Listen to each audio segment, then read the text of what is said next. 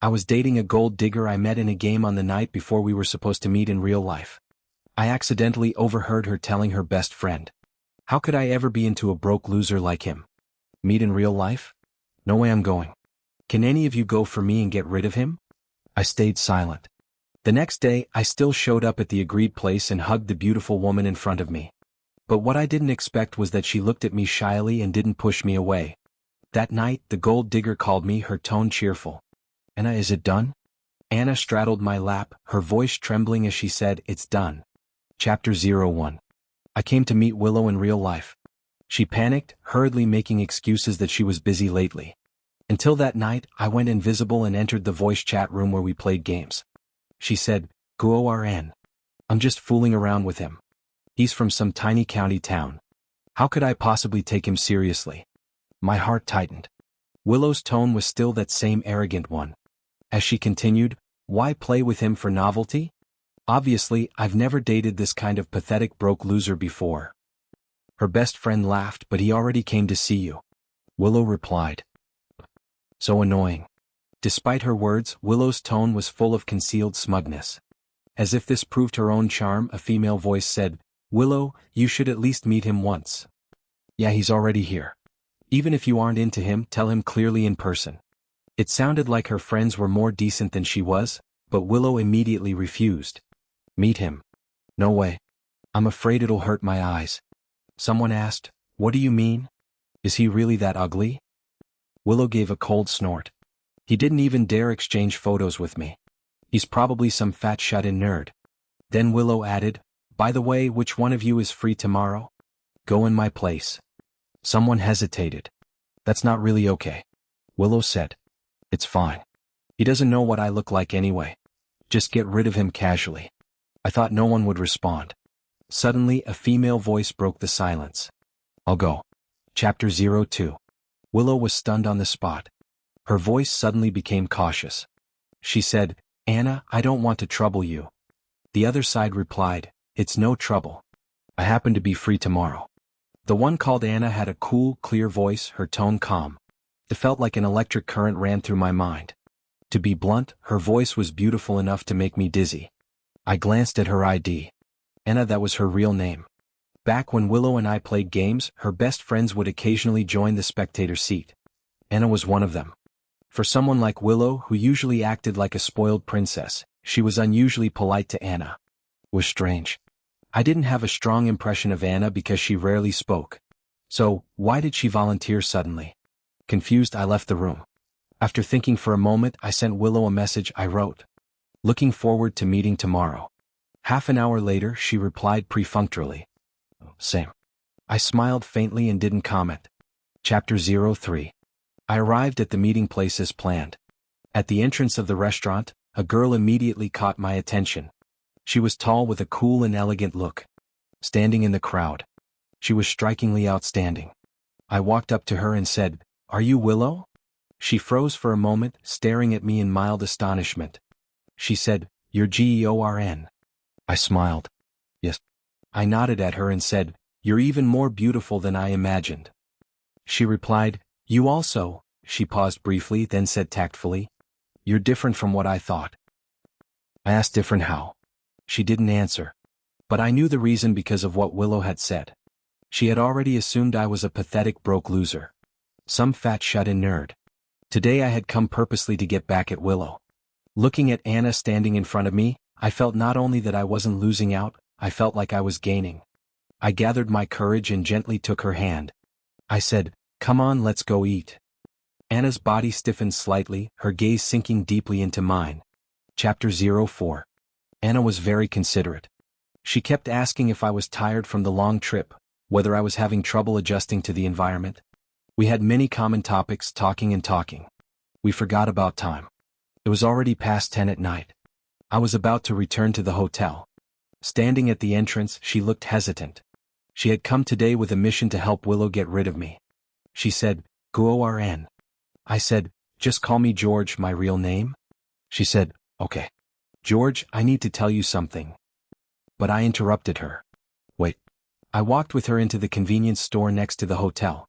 It was my first time doing something like this and I felt slightly embarrassed. Stealing myself. I picked up a box of condoms from the counter. I said, "I'll take this."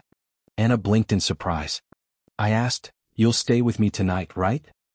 Anna looked up at me. Her tone wavered slightly as she asked, "Are you serious?" I said, "Yes." Without hesitation, I registered the payment with face recognition. Chapter 05. When I kissed Anna, she was like a rising tide beneath a calm surface, reserved at first, restrained and still. But when I released her inside, "You don't want to? Then I'll go." I barely stepped back before she suddenly hooked her arms around my neck, clinging tightly as if afraid I'd leave, kissing me back intensely. Her restraint collapsed, the floodgates opened, and the surge of emotion was unstoppable. We kissed all the way from the elevator to the door of the room. Inside, I forced a shred of rationality back and asked quietly, "For the last time, I'm giving you a chance to change your mind." She pressed her lips together without speaking, but her rapid breathing betrayed her answer. Anna stepped on the hem of her dress, pushed me down onto the sofa, and then straddled my lap. That was her reply. Anna was gentle yet uninhibited. When she called my name, her voice was far more tender than usual. I was completely immersed, unable to pull myself out. As we pressed close together, her phone suddenly rang. She glanced at the screen and her eyes dimmed. She declined the call. I asked, "Who was it?" She said, "A classmate." After a while, the phone rang again. 3 times in a row, Anna had no choice but to pick up. A voice said, "Hey Anna, why weren't you answering?" "You scared me. I thought you." Willow's voice came through the speaker. Crystal clear in the quiet room. I acted as if I hadn't heard anything. Lifting Anna again in the midst of our intimacy. Anna tried to steady her breathing and said, "I'm busy." Wasn't that the truth? On the other end, Willow said, Anna, I just wanted to ask, did you get rid of him?" Anna looked at me with those beautiful eyes and said softly, "Yeah, he's gone." Chapter 06. I didn't plan to hide it from Anna for long. The next morning, when we indulged ourselves one last time, I deliberately called her by her real name.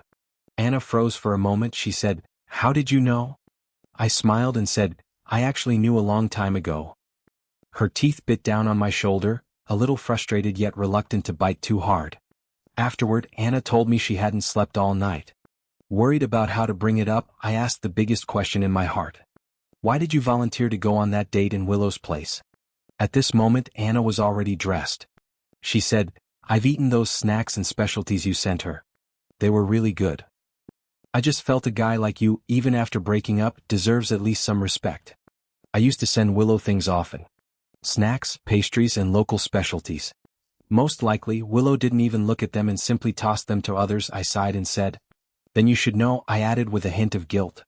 "I came to meet you to get back at Willow." She gave a soft snort. I figured, I said, "I originally planned to exaggerate what happened last night and tell Willow." "Just to make you two fight like scumbags?" she asked. "And now," I said. "But now I've realized she's the scumbag and you actually seem like a decent human being." She smiled, a glimmer flickering in her eyes. She said, "So your opinion of me isn't bad," I said. "All in all, the conflict between me and Willow shouldn't drag you into it." Anna tilted her head and said, "George, can we talk about something?" I asked. "Go ahead," she said. "Starting today, do you want to try liking me?" Chapter 07. Anna's words caught me off guard. Even after she left, I was still somewhat dazed. She was very different from Willow. No complicated mind games. No beating around the bush. If she liked something, she said it directly. If she didn't, she wouldn't hide it. She basically spoke exactly what she thought. On Willow's side, she had already deleted me. She thought Anna had completed the mission, so she deleted me without hesitation. Little did she know, Anna secretly added me herself. Half a month later, I arrived at Willow's university to register. I originally studied in City C to meet Willow in real life. I had specifically fought for this exchange student slot. Now, school still had to go on, but Willow and I had nothing to do with each other anymore. I finished the paperwork and a senior student led me around the campus, passing by the honor board beside the cafeteria. I saw a strikingly flamboyant photo. Willow's makeup was heavy. Her curls slightly tousled. The corners of her lips raised just enough, radiating a bold, seductive confidence. The senior frowned and said, "That's Willow, our school's well-known social butterfly, just because she dated a rich kid once. She acts like everyone's beneath her." You'd better not provoke her, I asked in confusion. She could make it onto the honor board. Is she good at studying? The senior shrugged. No, he said as if it were nothing new. The counselor kissed up to her and arranged it. I scratched my head and asked, what about this one? Next to Willow's photo was Anna. The senior said, Anna is the real academic genius, but she's even harder to deal with than Willow. I asked, what do you mean? The senior shushed me, lowered his voice mysteriously and said, I heard she's like a real rich Aries. Even Willow bows her head around her. Suddenly it all made sense. Fake rich girls always fear real Arises. In the photo, Anna's face suddenly felt more distant. I treated the senior to a meal. And when we parked under the dorm building afterward, a girl walked toward us. Her figure was graceful. Her makeup exquisite, her walk full of sway charm. The senior nudged me with his elbow. That's Willow. Willow was on the phone. She said, Anna, have you eaten yet? I'll bring something back for you. She suddenly saw me and froze. Her almond-shaped eyes widened for a moment. I wondered if she had recognized me, but in the next second, she let out a scream. Girl, guess what? I just saw a super handsome guy. Crazy rich driving a luxury car. Super handsome. Chapter 08. Willow had always been flamboyant. She didn't hold back at all. Her voice was so loud that the surrounding students all turned to look at me. Even someone as shameless as me felt unbearably embarrassed. After that, Willow kept tailing me, asking all sorts of questions. Hi there, classmate. What's your name? Where are you from? You're not from City C, right? She said. What's your major? My name's Willow. I was speechless. I had zero interest in responding to this idiot. How did I ever like her in the first place? She noticed the name on my suitcase. She said, George, that sounds really unique. I kept my face cold and said nothing. Back when we had our online relationship, I used the name Guo. Willow had never known my real name. Before leaving, she asked if she could take a picture with my car. I refused immediately. She said, then can I add you on WeChat? I looked at her. Suddenly, finding it hilarious, I said, sure. Seeing me agree, Willow lit up with excitement. She scanned my QR code. On her screen, my nickname and avatar popped up. Guo. Willow froze. Chapter 09. She just stood there stunned, her mouth slightly open. Completely shocked. She said, why you're Gu? I nodded. Yeah, she stammered. I am. She couldn't form a sentence. I deliberately glanced at her profile info. I frowned and said, isn't this my ex-girlfriend's WeChat? Willow pressed her lips together, silent. I said, did you steal my ex's phone? She said, no, I asked. Did you hack my ex's WeChat account? She said, not that either. Willow looked like she was dying of embarrassment. She had no idea how to explain. She finally said, I'm sorry. I'll tell you the truth. I am your ex. I laughed. Don't talk nonsense. I've met my ex. She quickly said, the girl who met you that day was a friend of mine. I had something come up at the last minute, so I couldn't go. I asked her to go in my place. The guilty look on her face was honestly hilarious. She added several details, trying hard to prove her identity. Then she cautiously asked, do you believe me now? I frowned and said, if what you're saying is true, then you're a scammer. You tricked me into meeting someone else. She panicked. No, it's not like that. The more she explained, the worse it got. Willow was desperate, she said. You came from so far away, I felt bad standing you up, so I had no choice but to think of that solution, I said with a smile. So thoughtful of you. How come you turned around and dumped me then? She said. I thought we'd always be long distance and I didn't want to hold you back, so I stared at her, keeping a faint smile. She, however, couldn't smile at all. Her face gradually turned pale from guilt. She said, Gorn. No, George. If you don't believe me, I can ask that friend to explain to you personally. I replied, no need for that, she said. Then I'll let you back. I replied, no need to add me either. I smiled brightly at her. I have a rule. I never go back to what I've already left behind. Chapter 10. After I rejected her, Willow kept looking for new opportunities. She even tried to win over my roommate. It was the weekend. My roommate Makoto asked me to go to a shooting experience range. As soon as I entered the place, I saw a familiar figure. Willow, was wearing an off-shoulder mini dress and waving at me enthusiastically. I turned around and was ready to leave. Makoto grabbed me and said, "George, don't go yet."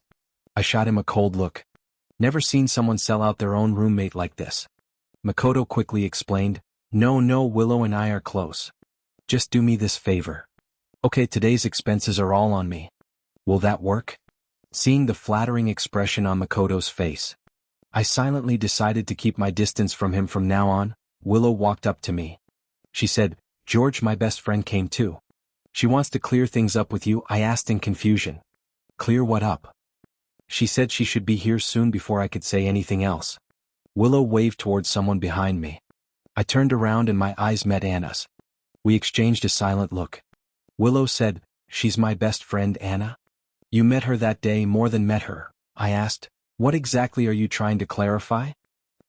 Willow said, "That day because something urgent came up. I really couldn't make it. So I asked Anna to go in my place." "Right, Anna?" Willow blinked at Anna, hinting hard, but Anna didn't speak. Her silence instantly made the atmosphere awkward. Willow kept signaling her while trying to smooth things over. "Anna doesn't talk much." "Silence means she agrees." Makoto echoed quickly. "I can confirm that Anna really doesn't like to talk." I laughed. "She doesn't like to talk," I said, rubbing my chin. "Then she probably didn't tell you that on that night." She and I deliberately left a hook. Stopping mid-sentence. Willow and Makoto's expressions instantly turned panicked. Chapter 11. But wait, Willow panicking, that I can understand. But why is Makoto panicking? What does this have to do with him? Makoto asked you and her what happened. He was even more nervous than Willow, staring anxiously at Anna. I understood. He has a crush on Anna. I said, "I just had a meal with her and we had a pleasant chat. That's all." Makoto turned his head and asked, "Is that true, Anna?" Anna glanced at me, pressed her lips, and said, George said everything correctly. Both of them let out a breath of relief at the same time. Seriously, has no one noticed the obvious couple-like harmony between us? Makoto suddenly realized, no wonder that night I sent Anna 3 messages and she didn't reply. Willow said, "You went to meet someone from the internet. I was afraid you'd run into some creep. Almost called the police." Makoto pulled on a forward, deliberately leaving space for Willow and me. His clumsy little act was almost laughable. I told Willow, "You should be with Makoto. You two are pretty compatible," she said. "Don't talk nonsense. I'm not even that close to him." I replied, "But Makoto doesn't think that way," she asked. "What do you mean?" I smiled without explaining. Willow built herself a socialite persona, making friends with all kinds of rich young heirs and aces. Makoto wants to fit into that circle of hers too. Seeing him rushing around today, he really thinks he's already part of that world. I said, "It's nothing. Willow, let me make it clear again. No matter how much you try to show affection, I have no interest in you." She asked, "Why?" "There has to be a reason, right? Weren't we getting along pretty well when we were dating online?" I replied, "Because you're not presentable." Willow froze on the spot. I walked into the private room, planning to vent my frustration a bit, but when I opened the door, I found Anna already practicing shooting targets. She looked like she had never handled a gun before, completely clueless. After missing the target several times in a row, and just when she was about to give up, I walked over, reached out, and covered her right hand, supporting the gun for her. I said like this. Chapter 12. She turned her head in surprise, giving me a slightly annoyed look. "Why are you only coming now?" I laughed. "I should be the one asking, shouldn't I? Why are you here? Shouldn't you be with Makoto?" She let out a cold snort. "Don't mention him." I finally managed to shake Makoto off. "Just let me have some peace here," I asked. "You don't like him?" she replied. "What are you talking about? I've never liked him." She paused, probably afraid I'd misunderstand. She took the initiative to explain. "I've rejected him clearly before, but he and Willow are very similar. Rejecting them a few times doesn't work." I nodded. "Got it." With my guidance, Anna finally managed to hit the target. She was just getting excited when she suddenly turned to ask me, "Why didn't you tell them the truth earlier?" I thought for a moment and said, "I didn't want to see you fall out with Willow. Recently, I've gradually figured out a few things. Willow may be a jerk when it comes to relationships, but she's well-liked. If Anna is willing to be her friend, she must have her reasons. Besides that, there's another reason. I said, if this gets around, it won't be good for your reputation. But Anna said, I don't really care about that. She glanced at me, then corrected herself. But you're right. Better keep it from them for now. I'm worried people will talk behind her back. She's worried people will talk behind mine. I asked another round. She said, sure. I guided Anna again. My left hand rested on her waist while my right hand pulled the trigger together with hers. It looked exactly like I was holding her in my arms. Just as the bullet hit the bullseye, a voice sounded from outside. Anna, are you in there? Makoto said, he can't find you. And Willow conveniently pushed the door open. Chapter 13. There was a prep table in front of us. By the time Willow entered, Anna and I had already stepped apart. You're both here, Willow said. She looked slightly surprised, her gaze sweeping over us. Anna replied softly. George was teaching me some shooting basics, Willow said. Makoto's pretty good at shooting too. You could let him teach you, Anna answered. Stop trying to match us up. I don't like him. How many times do I have to say it? Her tone didn't change at all. Calm, light, yet somehow it carried pressure. Makoto, who overheard, turned pale. Willow's smile also faded in a cold tone. She said, then you're letting George teach you because you like him. Is that it? That question landed like thunder in a clear sky, sudden, explosive, and met with complete silence before Anna could respond. Willow laughed again. Just kidding, I said. That wasn't funny. Willow pressed her lips together. It really wasn't. She tucked her hair behind her ear and added, I regret asking Anna to meet you in my place. Otherwise, George would be the one teaching me to shoot. And whose fault is that? I asked with a smile. Willow's eyes were big. Her eye bags forming soft crescent. When she got emotional, those crescents would turn slightly red now. She was still smiling, but the redness was obvious. Willow asked, by the way, Anna, what kind of guys do you like? Anna said, someone who looks honest but when something happens is actually very decisive. Willow said, sounds like you're talking about a specific person. Anna replied, does it maybe something subtle? An undercurrent seemed to flow between us. Willow didn't notice it behind the prep table. Anna and I had been holding hands tightly, never letting go. Chapter 14. After we returned to campus, Makoto sighed for several days straight. He'd been rejected by Anna yet again. One night he asked me, George, why don't you get together with Willow? I said, because I don't like her. He asked, don't tell me you're playing hard to get. I was speechless. Looking at him felt like looking at someone who had lost his mind. He said, Willow's such a great girl, pretty and with a good personality. Where are you going to find someone like her? I replied, pretty? Didn't notice, Makoto said helplessly. Stop pretending. Willow's past relationships never lasted more than a month. If a guy isn't a rich heir, she won't even look at him. Yet she's chasing after you on her own means she really likes you. You should feel lucky. I laughed. Dating rich heirs but never lasting more than a month. That just means she keeps getting short-term selected. What's there to brag about? Yu Makoto clenched his teeth. You broke, delusional loser. You don't know how good you've got it. I said, Makoto, do you know what you sound like right now? He asked what? I said you're like one of those simpunics in TV dramas who follow behind the emperor. If the emperor farts, you treat it like an imperial decree. Makoto nearly exploded. He launched a barrage of insults at me. I let them all go in one ear and out the other. In the end, I only said one thing to him, a piece of advice. Don't force yourself into a circle you'll never fit into. Chapter 15. A crack had formed in Willow and Anna's relationship. They still hung out together, but it felt more like fake sister friendship than anything real. I played mobile games in my free time, and that was how I originally got to know Willow. During the May Day holiday, the game company hosted an offline event in Citic. Our whole dorm decided to go. Makoto wasn't interested at first, but the moment he heard everyone was going, he insisted on joining the fun. By coincidence, we ran into Willow and Anna at the event. There were tons of people there. We wanted to grab lunch, but every restaurant nearby was completely packed. Not a single empty table. That's when Makoto spotted them. He said, Willow, Anna, what a coincidence. You two came to play too. Their table wasn't full. Makoto cheerfully suggested, why don't we share a table? 8 people total. Perfect. With a dramatic flourish, he declared in front of a group of rich second-generation kids. "Lunch is on me today." Willow happily agreed. "Sure. Let's sit together." My phone buzzed. A message. "Anna, did you see the bunny girl cosplay?" I glanced across the table at her. Her eyes were lowered, her expression cool and distant. Recently, we had been chatting on WeChat every day. We talked about everything from our majors to games. There was nothing we couldn't keep a conversation going about. Finding someone who truly gets you felt amazing.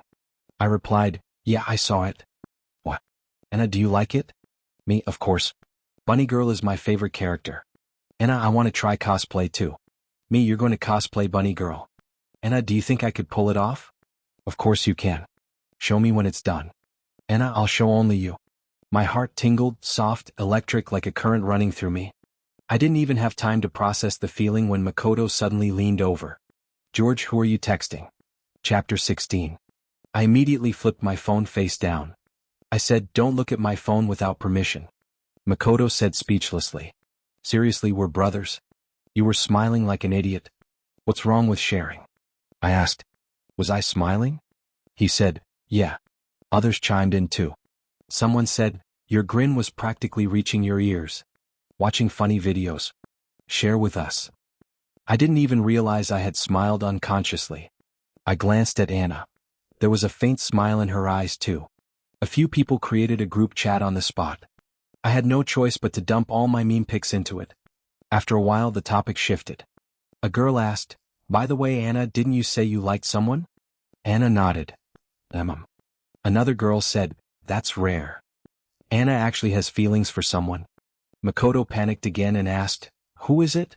"Someone I know." Anna said, "I can't tell you for now." Someone else asked, "Is he from our school?" Anna replied, "I don't want to say." Anna had a tight mouth. If she didn't want to talk, you could question her to death and she still wouldn't answer. Makoto instantly deflated like a punctured balloon. He couldn't even eat. Suddenly Willow spoke. "Anna, tell us. We can help you gather intel." Anna replied, "No need. I'm the one doing the pursuing." The moment she said that, everyone stared at her in shock. Someone said, stunned, "You're actively chasing him." Another person added, "But guys are always the ones chasing you." Anna pressed her lips together. "It's rare to meet someone I really like. Of course I have to take the initiative." A girl asked, "How are you taking the initiative?" "Sure."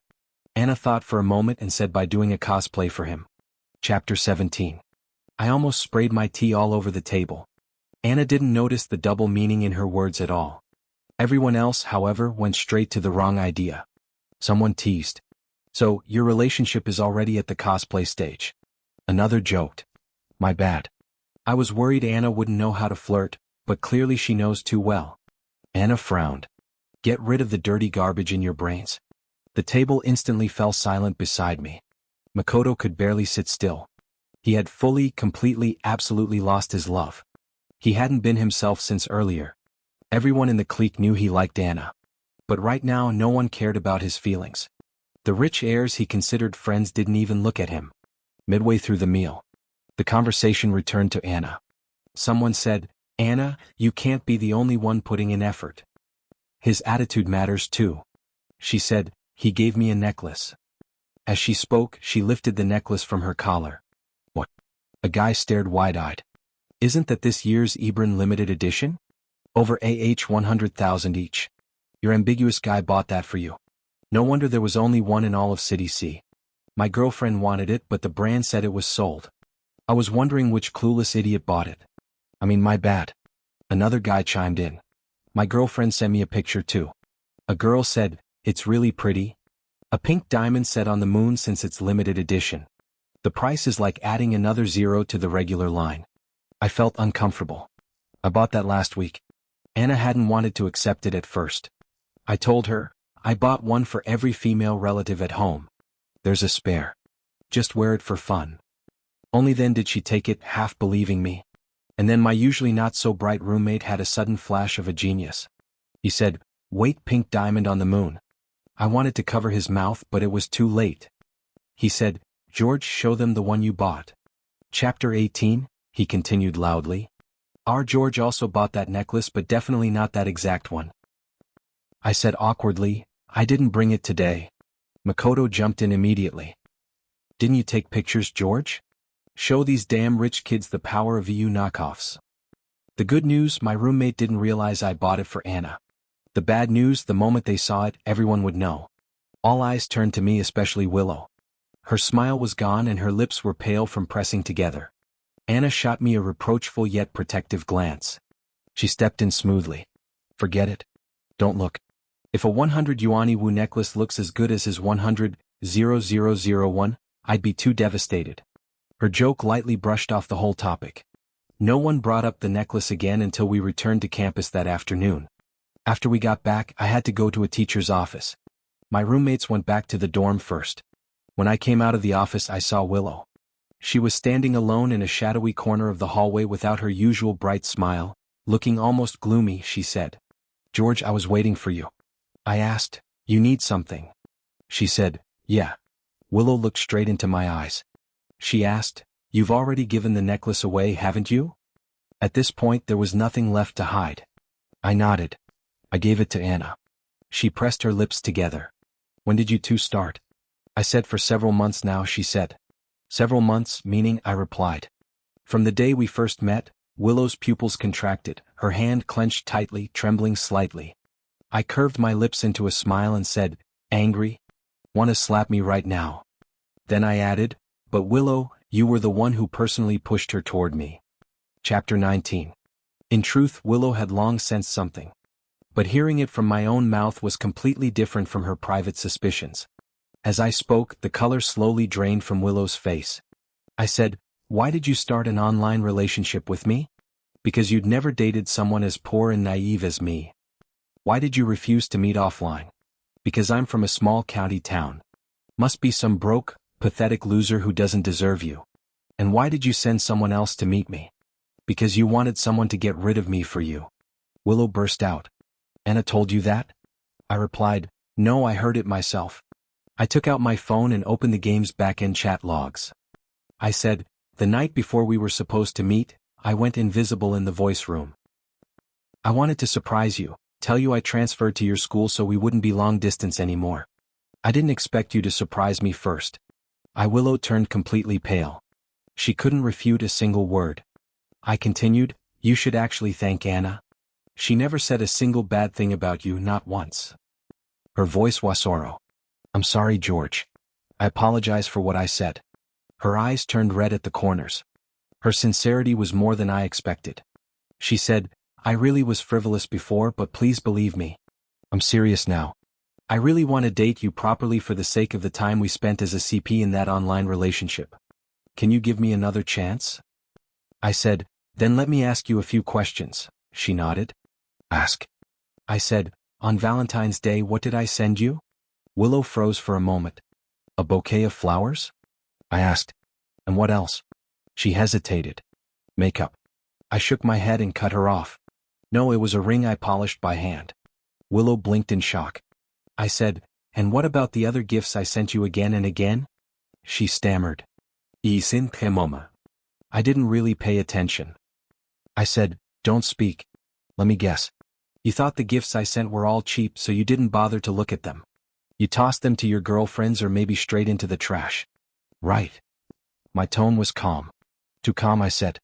"Judging from your expression, Willow, I guessed right. You want to know how I knew?" I didn't wait for her answer because Makoto still had the box for the Ledra chocolates I sent you sitting on his desk. I remembered exactly how he looked that day. He had his legs propped up on the table, his heel pressing right on the box. He said this. Willow was going to throw it out, so I asked for it. "These chocolates taste pretty good. You know this brand? Where do they sell it?" "Igava Obitismila." It had once been a piece of my genuine affection. Even though I no longer liked Willow. Seeing my sincerity treated that way still disappointed me. I swallowed the lingering sadness and looked at Willow coldly. "So Willow," I said, "if you want to blame someone, blame yourself." Chapter 20. That night, one piece of news blew up the entire campus. Every dorm group chat was exploding. Willow and Anna had gotten into a fight. Both sent to the hospital. Someone asked, "What happened? Weren't they really close?" Rumors were flying everywhere. I didn't care about any of that. I rushed straight to the hospital. Makoto had already given up on Anna, so when he saw the news, he only gritted his teeth and suppressed his curiosity. But what I didn't know was after I left the dorm, Makoto sent Willow a message. "You went to the hospital." Willow, lying in a hospital room, received that message and grew anxious. She still held on to a tiny sliver of hope. A hope that I was coming to see her because back when we were dating online, she once told me she was actually terrified of pain. As a child, whenever her father got angry, he would come home and beat her with a belt. Willow still had faint scars on her body even today. Since then, violence had become her lifelong shadow. And with Anna, this was the first time it had ever happened. This afternoon, after returning to the dorm, Willow confronted Anna, grabbing her sleeve. Anna only replied, "You're the one who personally pushed me toward George." I had said the same words. That kind of tacit understanding between Anna and me only enraged Willow further. Anna added, "You have no right to question me now. What are you, his ex?" In her fury, Willow suddenly remembered what I had once asked her. She said, "Anna, tell me the truth. That night, did you two only have dinner?" Anna didn't answer without my permission. She wouldn't respond to that question, but her silence said everything. Willow bit her lip. "How far did you go? Did you hold hands?" "Kiss." Her voice trembled. "Did you sleep together?" Anna remained silent, but her eyes did not avoid Willow's. Not even for a second Willow understood that look. In a burst of rage, she slapped Anna, but Anna was no pushover. Quiet and reserved. Yes, but she had a temper too. In the end, Willow ended up more injured than Anna. Now in the hospital room, Willow paced nervously. What should she say when George walks in? Should she sincerely apologize? Act pitiful. George knows she's afraid of pain. He'll definitely feel sorry for her. Right. Willow waited and waited. An hour passed. No one came. She opened the door and asked the nurse, "Has a tall boy come by like this tall?" The nurse glanced at the visitor log and asked, "Last name Wong." Then she said, "He went to the room next door." Next door was Anna's room. Chapter 21. I arrived at the hospital and headed straight to Anna's room. Luckily, her injuries weren't too serious. I let out a breath of relief. I said, "I heard you were hospitalized." I got scared for a second. I thought maybe. Anna let out a soft laugh.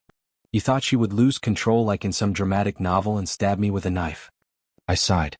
"No one can say for sure," she said. "Relax. She's not a kid anymore." I frowned. Willow's personality is no different from a child's. Anna asked, "Have you gone to see her?" I shrugged. "No," she said. "And you came to see me first?" "Yeah." A genuine smile spread across her face. She said, "Great. I finally didn't miss it this time," I asked. "What do you mean?" Anna let out a soft hum. I'm bad at this problem. Teach me." My eyes widened instantly. "Wait, she said. "It's me." There was laughter in Anna's eyes. Some fragments of memory suddenly resurfaced. Before I met Willow, I had registered an account on a knowledge-sharing forum. My username was GeoRange. The profile picture was the dog my parents raised. One day I came across a post. The original poster, Anita, had posted a higher math question saying she couldn't solve it. This was my specialty. I scribbled down the solution steps on paper, snapped a photo, and uploaded it. That user named Anita immediately followed me, and she often sent me messages afterward, sometimes to ask questions, sometimes just to share books she had read. Later, life got busy and I stopped logging in. Naturally, the connection with that online friend faded later. Still, I met Willow in a game and then I met Anna. I asked, "You're that Anita?" She said, Strictly speaking, I actually met you earlier than Willow did." I asked, "Then why didn't you tell me?" She said, "When Willow introduced you to us, you were already her boyfriend." From Anna's perspective, this memory was completely different. Back on the forum, she had admired me like some kind of genius and wanted to meet me offline. She knew which school I attended, but not my major or my name. When she finally gathered the courage to ask to meet in person, I stopped logging in. She was disappointed for quite a while. 4 months later, Willow played a game with a user named GeoRange. She saw the ID in the avatar and froze. Willow said, "He's my boyfriend. We just got together." At first, Anna only suspected it. How could it be such a coincidence? The same ID, the same avatar. Later, I accidentally mentioned my school, deepening her suspicion to confirm it. Anna once put a higher math question in the public chat.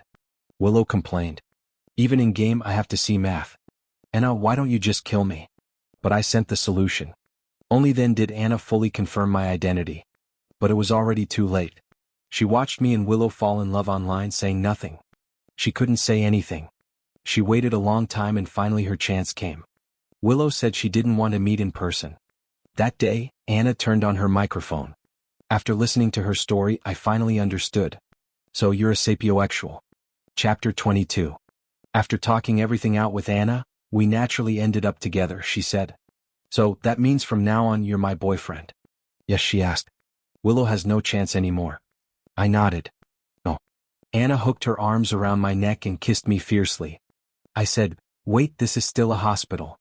She pouted. When was the last time you kissed me? I said, half a year ago. When we first met, she complained. It's been half a year. Every time I see you, I want to kiss you. I've suffered so much. I said, you're exaggerating. It's only been half a year. She said, you don't get it. She pressed her lips together. I seductive as silk. Once you've tasted sweetness, you crave more. Anna was just too beautiful. Her moist eyes looked as if they could pull me right in. Just then the ward door was pushed open. What are you two doing? Willow asked with difficulty. Don't get the wrong idea. I was only looking into Anna's eyes, just from a close distance. There's no way we'd actually do anything in a hospital room. Anna was still injured, I said. Can't you see? I came to visit my girlfriend. She asked. Girlfriend? I shrugged. Yeah, we just got together about a minute before you came in. Willow's hand was still on the doorknob, but it was already trembling, she said. So, I'm just one step too late. I shook my head.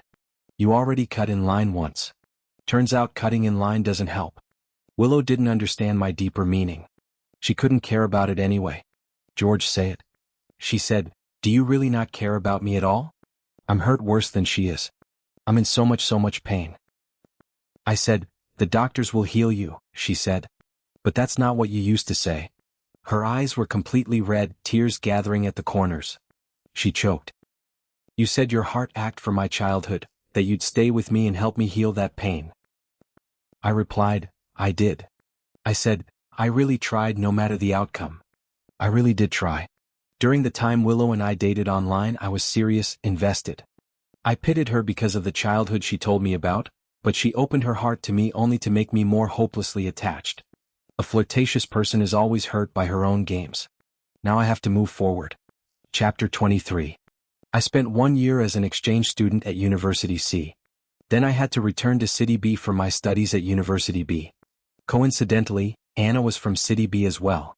A year later, after she graduated, she also returned to City B. We stayed together all the way through. Willow never came back to school afterward. She went abroad.